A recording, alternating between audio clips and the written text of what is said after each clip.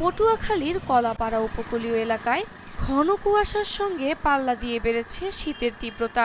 গত 2 দিন ধরে খুব ভোর থেকে দুপুর পর্যন্ত গুঁড়ি গুঁড়ি বৃষ্টির মতো ঝরছে কুয়াশা।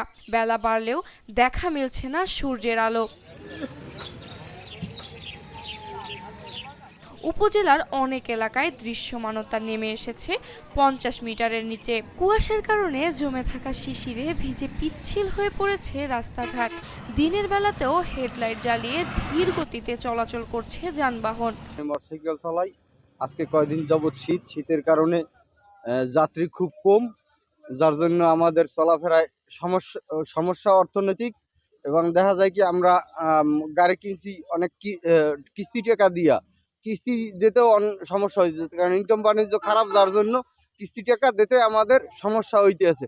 কয়েকদিন ধরে অনেক শীতের কারণে আমরা বাসা থেকে বের হইতে পারি না এবং রাস্তায় যাত্রীও নাই, খুব পরিস্থিতি খারাপ আমাদের। কিছুদিন যাবত অনেক শীত, যার কারণে আমাদের ইনকাম বাণিজ্য নাই, খুব অসহায়ের ভিতরে আছে আর কি। এদিকে তীব্র শীতের প্রভাবে হাসপাতালগুলোতেও বেড়েছে রোগীর চাপ। জ্বর, সর্দি, ডায়রিয়া, টাইফয়েড ও নিউমোনিয়ায় আক্রান্ত শিশু ও বয়স্ক রোগীর সংখ্যা বাড়ছে প্রতিদিন। এই কয়েকদিন ধরে শীতে যে কাঁপাকাঁপি আরম্ভ হয়ে গেছে, তো মনে করেন কাম কাজ নাই, ভাত খাম কোনো কাজ চলতেছে না, কাম কাজ বন্ধ হয়ে গেছে।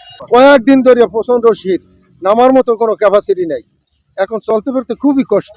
খেপুপাড়া আবহাওয়া অফিস জানায়, আজ সকাল 9টায় কলাপাড়ায় সর্বনিম্ন তাপমাত্রা রেকর্ড করা হয়েছে 10.8 ডিগ্রি সেলসিয়াস। ঘন কুয়াশা আর তীব্র শীতের কারণে কলাপাড়ায় স্বাভাবিক জীবনযাত্রা কার্যত স্থবির হয়ে পড়েছে। আবহাওয়া অফিস বলছে, আগামী কয়েকদিন এই শীত ও কুয়াশার প্রবণতা অব্যাহত থাকতে পারে। তাই শীতজনিত রোগ থেকে বাঁচতে সবাইকে সতর্ক থাকার পরামর্শ দিচ্ছেন চিকিৎসকরা।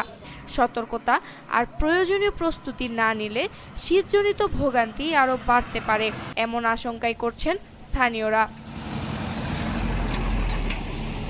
শিফা রওজা, এশিয়ান টেলিভিশন।